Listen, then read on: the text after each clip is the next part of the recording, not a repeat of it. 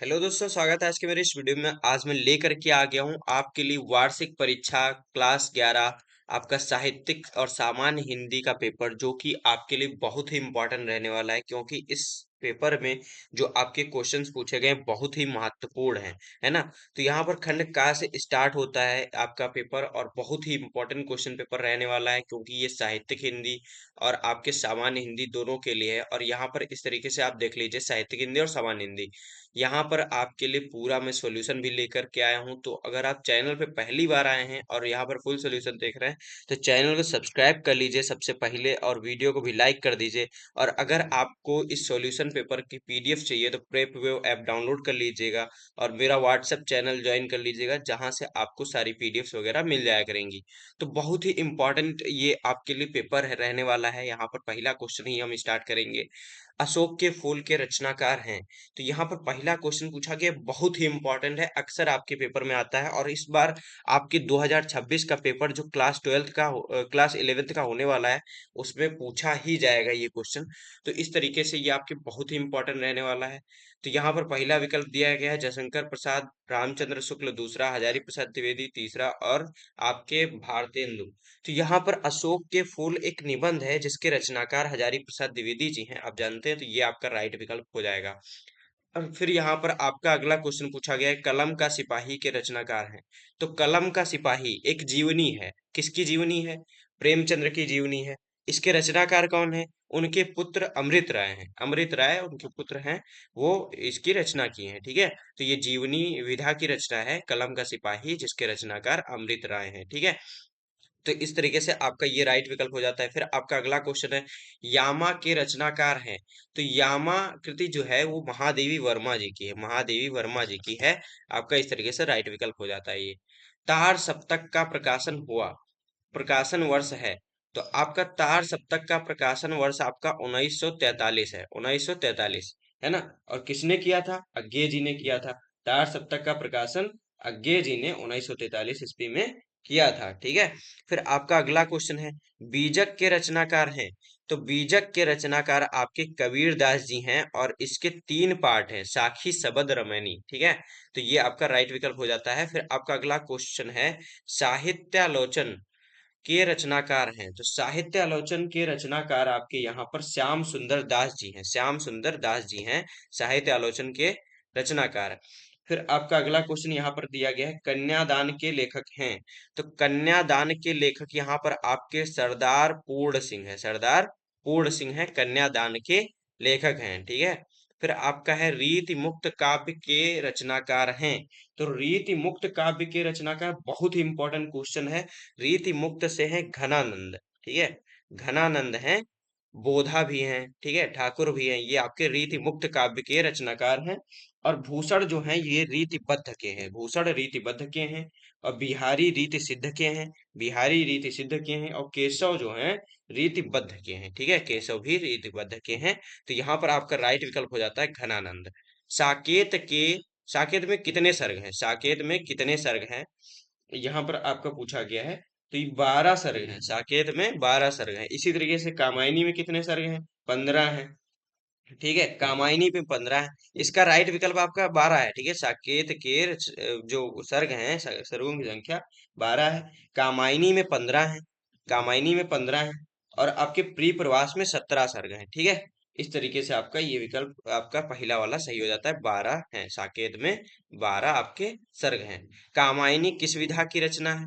कामायनी किस विधा की रचना है? बहुत ही इंपॉर्टेंट है, आपका महाकाव्य है ये जयशंकर प्रसाद जी का, महाकाव्य है जयशंकर प्रसाद जी का, जयशंकर प्रसाद जी का महाकाव्य है ये, ठीक है, जयशंकर प्रसाद जी का महाकाव्य है। तो इस तरीके से ये आपका क्वेश्चन हल हो जाता है। फिर आपका दिया गया है, दिए गए गद्यांशों में से किसी एक गद्यांश पर आधारित प्रश्नों के उत्तर लिखिए। और ये आपका 10 नंबर का क्वेश्चन है, दो दो नंबर के 5 क्वेश्चन पूछे गए हैं। यहाँ पर 2 गद्यांश दिए गए हैं, किसी एक को आपको हल करना है।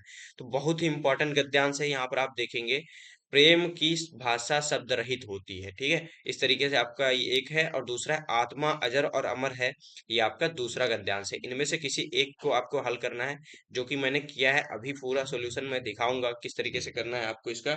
तो यहाँ पर आपका पहला जो है, आचरण की सभ्यता, आचरण की सभ्यता नामक पाठ से लिया गया है, ठीक है। इसके रचनाकार जो हैं वो हैं सरदार पूर्ण सिंह। और यहाँ पर मैं पूरा सॉल्यूशन इसको दिखाऊंगा। पहले आपको पेपर एक बार दिखा दूं, बहुविकल्पी तो डायरेक्ट सॉल्व हो गए। तो इस तरीके से आपका पेपर है, यहाँ पर पूरा देखेंगे। फिर यहाँ पर आपका पांचवा क्वेश्चन बहुत ही इंपॉर्टेंट पूछा गया है, लेखक का जीवन परिचय देते हुए उनकी प्रमुख कृतियां बताइए। तो यहाँ पर पहला ही दे दिया गया भारतेंदु। भारतेंदु बहुत ही इंपॉर्टेंट है, इनका साहित्यिक परिचय याद करना है आपको। सरदार पूर्ण सिंह भी बहुत इंपॉर्टेंट है, ये दोनों आप अच्छे से रट लीजिएगा, ठीक है। निम्नलिखित में से किसी एक कवि का जीवन परिचय लिख देते हुए उसका साहित्यिक परिचय लिखिए, ठीक है। किसी एक कवि, यहाँ पर दोनों, ये दोनों जो है बहुत इंपॉर्टेंट है, इनका नहीं भी याद करें कोई दिक्कत नहीं है, लेकिन अक्सर पूछा जाता है, मैंने कई पेपर में देखा है। आपका भूषण का बिहार एक में पूछा जाता है, तो आपको भूषण अगर याद कर लेते हैं तो और अच्छी बात है, ठीक है। निम्नलिखित कहानियों में से किसी एक कहानी का सारांश लिखना है। तो सारांश अक्सर पूछा जाता है क्लास 11th में, तो बलिदान कहानी का सारांश आप अच्छे से याद कर लीजिएगा। और दूसरा है यहाँ पर आकाशदीप, ये भी कहानी बहुत अच्छी है। और प्रायश्चित, ये तीनों इंपॉर्टेंट है। आपको सारांश में क्या करना है, एक बार बस कहानी को समझना है, पढ़ना है। उसके बाद आप ऑटोमेटिक अपने आप से सारांश खुद ही, जब उसको किसी और को बताएंगे वो सारांश ही होगा, ठीक है। तो बताने का आपको प्रयास करना है कि कहानी में हुआ क्या था। वही बताने का तरीका जो होता है, जो बता रहे हैं वही चीज आपको लिख देना है, सारांश हो जाएगा, ठीक है। सूतपुत्र नाटक के आधार पर कर्ण का चरित्र चित्रण करना है। ये भी मैंने किया है, नीचे आपको दिखाऊंगा। 5 अंक का ये भी क्वेश्चन है। फिर आपका 7 अंक का क्वेश्चन आता है खंड का से, जो कि हिंदी अनुवाद करना होता है और संदर्भ भी लिखना होता है। गद्य खंड दे दिया गया है, एक दो गद्य खंड दिए हैं, किसी एक का करना होता है। इसी तरीके से संस्कृत खंड से दो पद्य पद्य खंड भी दे दिए गए होते हैं, ठीक है। श्लोक दे दिए गए होते हैं, जिनको आपको ससंदर्भ उनका अनुवाद करना होता है। फिर आपका क्वेश्चन नंबर 10 बहुत ही इंपॉर्टेंट है, 6 नंबर के ये क्वेश्चन हर साल पूछे जाते हैं, जिसमें आपको वीर रस और श्रृंगार रस बहुत ही इंपॉर्टेंट रहने वाले हैं। इनकी परिभाषा उदाहरण सहित आप अच्छे से रट लीजिएगा। उपमा अलंकार, श्लेष अलंकार, अनुप्रास अलंकार बहुत ही इंपॉर्टेंट है। परिभाषा उदाहरण और चौपाई सोरठा बहुत ही इंपॉर्टेंट है। तो इनका मैं पूरा सोल्यूशन अब मैं आपको दिखा दे रहा हूँ यहाँ। इस तरीके से क्वेश्चन आप पूरे देख लिए हैं। तो यहाँ पर पहले क्वेश्चन से आपको स्टार्ट करूंगा, जहां पर आपका इस तरीके से गद्यांश के सारे प्रश्न दिए गए हैं और उनके उत्तर भी साथ में लिखे हैं, ठीक है। लेखक का जीवन परिचय कैसे आपको लिखना है ये आपको बता देता हूँ। सबसे पहले कोई भी लेखक है उसका जीवन परिचय इस तरीके से लिखेंगे। पहले हेडिंग डाल देंगे लेखक का जीवन परिचय और उनका नाम लिख देंगे, ठीक है। फिर वहां पर उनका संक्षिप्त जीवन परिचय लगभग 8 बिंदु इस तरीके से आपको लिखना है। कैसे, जहां जैसे यहाँ पर लिखा गया है, उनका नाम, जन्म स्थान, पिता का नाम, शिक्षा, पेशा, पैसा, मतलब पैसा जो है ऑक्यूपेशन, ठीक है। लेखक विधा और मृत्यु कब हुई, ये आपको इस तरीके से लिख देना है। बहुत ही इंपॉर्टेंट रहने वाला है ये आपका। इस तरीके से लिखने के बाद यहाँ पर 2 नंबर तो आपको ऐसे ही दे देगा एग्जामिनर। उसके बाद फिर अगर आप इन दोनों चीजों को लिख देते हैं, साहित्यिक परिचय एकदम छोटा सा लिखना है, ठीक है। छोटा सा पैराग्राफ, फिर साहित्यिक हिंदी मतलब साहित्यिक परिचय और जीवन परिचय, इस तरीके से छोटे छोटे पैराग्राफ में कर देंगे। तो यहाँ पर आपको 2 नंबर और मिल गए, ठीक है। 1 नंबर यहाँ पर आपके रचनाओं से मिल जाएगा। 2 नंबर वैसे इससे मिलते हैं, इनमें आपको जीवन परिचय जो यहाँ पर है, यहाँ पर 1 नंबर ऐसे मिलेंगे, ठीक है। तो इस तरीके से आपका ये पूरा 5 अंक इस जो आपका साहित्यिक परिचय है लेखक का, उससे मिलेंगे। फिर कबीर दास जी का जीवन परिचय और साहित्यिक परिचय, तो इस तरीके से इनका साहित्यिक परिचय और जीवन परिचय लिखेंगे। ये ब्रैकेट में आपको जरूर लिखना है, बहुत ही इंपॉर्टेंट रहने वाला है। अगर आप इसको नहीं लिखेंगे तो आपको नंबर कम मिलते हैं। अगर आप पूरा ये लिखते हैं तो आपका नंबर कटने के चांसेस 1% नहीं रह जाते हैं। तो इस तरीके से आपको जरूर लिखना है। लिखने का पैटर्न आप समझ लीजिए अच्छे से। इस तरीके से आपको लिखना है, इसको आप स्क्वायर ब्रैकेट में कर दीजिएगा। यहाँ पर आप देखेंगे। फिर आपका अगला है जीवन परिचय, इस तरीके से हेडिंग डाल के इस तरीके से लिख देंगे। और कहानियां, मतलब इनके जो कृतियां हैं वो इस तरीके से लिख देंगे, बहुत ही इंपॉर्टेंट रहने वाला है। फिर बलिदान कहानी का सारांश, इस तरीके से देखिए 5 पॉइंट में पूरा बलिदान कहानी का सारांश मैंने लिख दिया, बहुत ही इंपॉर्टेंट है और बहुत ही अच्छे शब्दों में मैंने लिखा है। अगर आप कहेंगे एक्सप्लेन करने के लिए तो मैं नेक्स्ट वीडियो आपके लिए बना दूंगा पूरा एक्सप्लेन करते हुए, जिसमें पूरा अच्छे से आपको एक्सप्लेन कर दूंगा।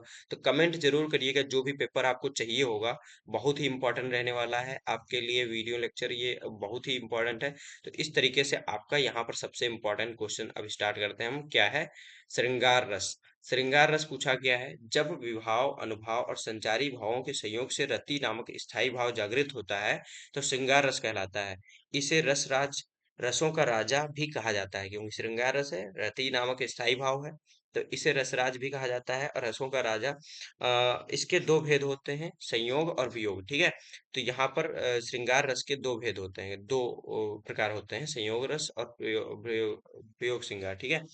तो बरसत लालच लाल की मुरली धरि लुकाय, सोह करे भोहन से देह कहे नट जाय। तो यहाँ कृष्ण से बात करने के लालच में राधा द्वारा उनकी मुरली छिपाने का वर्णन किया गया है। तो इस तरीके से यह आपका हास आपका संयोग रस का उदाहरण है। इसी तरीके से आपका यहाँ पर उपमा अलंकार, उपमा अलंकार इस तरीके से लिखना है, परिभाषा बहुत ही इजी शब्दों में मैंने इस तरीके से यहाँ पर लिख दिया है, ठीक है। पीपर पात सरिस मन डोला, यहाँ मन जो है उपमेय है और इसकी तुलना की गई है पीपर के पत्ते से, जो कि उपमान है, ठीक है। इस तरीके से आपका ये उपमा अलंकार हो जाता है। चौपाई छंद, चौपाई छंद आपके लिए बहुत इंपॉर्टेंट है। समान मात्रिक छंद, ये तो हर बार पूछा ही जाता है, 100% चांस रहता है कि चौपाई छंद आपका आएगा ही, ठीक है। तो समान मात्रिक होता है, ठीक है, छंद है। इसमें 4 चरण होते हैं, इसके प्रत्येक चरण में 16-16 मात्राएं होती हैं और अंत में जगड़ और तगड़ का निषेध होता है। जगड़ क्या होता है? जिसमें लघु दीर्घ लघु आ जाए, या फिर मतलब गुरु गुरु और यहाँ पर आपका लघु आ जाए, ठीक है। तो ये जगड़ तगड़ होते हैं, ये एकदम वर्जित होते हैं चौपाई छंद में। बंदहु गुरु पद पद्म परागा, सुरुचि सुबास सरस अनुरागा, अमीय मोरिमय चारण चूरन चारु, समन सकल भव रुज परिवारु। ये आपका तुलसीदास जी द्वारा लिखित है, ठीक है। तो यहाँ पर आपका इस तरीके से हो जाता है। फिर आपका मेरा प्रिय साहित्यकार मुंशी प्रेमचंद्र, इस तरीके से यहाँ पर आपको कोई भी अपना प्रिय साहित्यकार जो है उसको आपका निबंध पूछा जाता है कि निबंध लिखना है। टॉपिक दे दिए गए होंगे, तो यहाँ पर एक टॉपिक दिया गया था कि मेरा प्रिय साहित्यकार पे निबंध लिखना है। तो यहाँ पर मैंने प्रेमचंद्र पे लिख दिया है। इस तरीके से आपको सबसे पहले निबंध लिखते समय क्या करना है, पहले रूपरेखा बनानी है। कैसे? प्रस्तावना लिखेंगे, जीवन परिचय लिखेंगे और प्रमुख रचनाएं और साहित्यिक विशेषताएं, उपसंहार। इस तरीके से आपको लिखना होता है निबंध, बहुत ही इंपॉर्टेंट रहने वाला है। निबंध अगर आप लिख रहे हैं तो डायरेक्ट एक ही पैराग्राफ में सब नहीं लिखना है, हेडिंग वाइज लिखना है। सबसे पहले रूपरेखा लिखेंगे, रूपरेखा लिखते ही 9 नंबर का ये प्रश्न होता है, 2 नंबर आपको ऐसे ही दे देगा एग्जामिनर, ठीक है। फिर यहाँ पर आपको फिर क्या लिखना है, इसमें रूपरेखा के अनुसार जो जो हेडिंग है रूपरेखा में, उनके बारे में आपको सारी चीजें यहाँ पर लिखना है। तो इस तरीके से आपका हो जाएगा, साहित्यिक विशेषताएं लिखना है और उपसंहार लिखना है। फिर यहाँ पर आपके मुहावरे दिए गए हैं, तो उनको मुहावरे यहाँ पर पढ़ करके उनके आपको अर्थ लिखना है, साथ ही साथ वाक्य प्रयोग करना है, ठीक है। तो इस तरीके से यहाँ पर मैंने लिख दिया है, आप पूरा देख लीजिएगा। तो वीडियो बहुत ज़्यादा लंबा हो गया है, मिलते हैं अपने अगले वीडियो में, तब तक के लिए धन्यवाद। चैनल को सब्सक्राइब नहीं किया तो चैनल को सब्सक्राइब कर लीजिए और वीडियो को भी लाइक कर दीजिए और दोस्तों में शेयर कर दीजिएगा, ठीक है।